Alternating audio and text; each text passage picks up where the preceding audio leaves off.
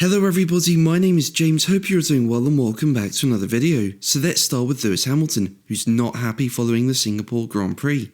Now Mercedes came into the weekend with not much pace, but things changed and in qualifying the team were right up there, with Lewis Hamilton going third fastest and George Russell fourth, but Hamilton started the race on soft tyres while George Russell was on mediums.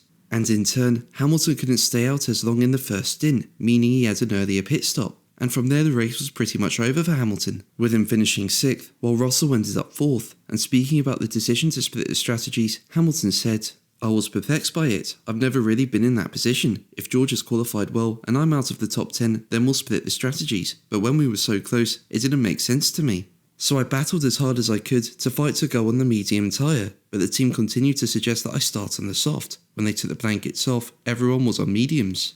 I was so angry. From that moment, I'm already frustrated. I tried my best to keep up with the guys ahead, but they were too fast. I tried to make the tyre last as long as I could." So yeah, not a good race for Hamilton, and I really don't get why they started him on the softs. I mean, it's not a great race tyre, especially in the heat of Singapore. And in my view, the only thing it could have helped with was better traction at the start of the race, but Lewis gained no places, and it really wasn't worth a chance anyway, I feel. Now another driver who had a tough race was Daniel Ricciardo, with him ending up 18th. Now there has been a lot of speculation that Singapore could have been Ricciardo's last race, with talk going around the paddock that Liam Lawson could be stepping into his car from the next race. Now Ricciardo joined Red Bull as a reserve in 2023 and stepped into the junior team midway through that season and was retained for 2024. And while his goal was to get back into the Red Bull, it hasn't been the best season for Daniel. Now if he does get dropped, it has been suggested that Ricciardo will remain in Red Bull's driver pool.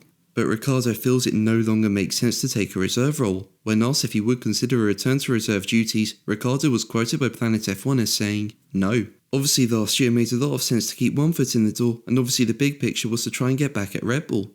I think if I was to do that again, there's not really much point. I'm not going to restart my career. I'm also 35 and I still showed the pace I've had over the years, but it's obviously been evident that it's been harder for me to show it every weekend. But that's going to be the video from me today. Thank you ever so much for watching. Make sure to like and subscribe for more videos, and until the next one, take care.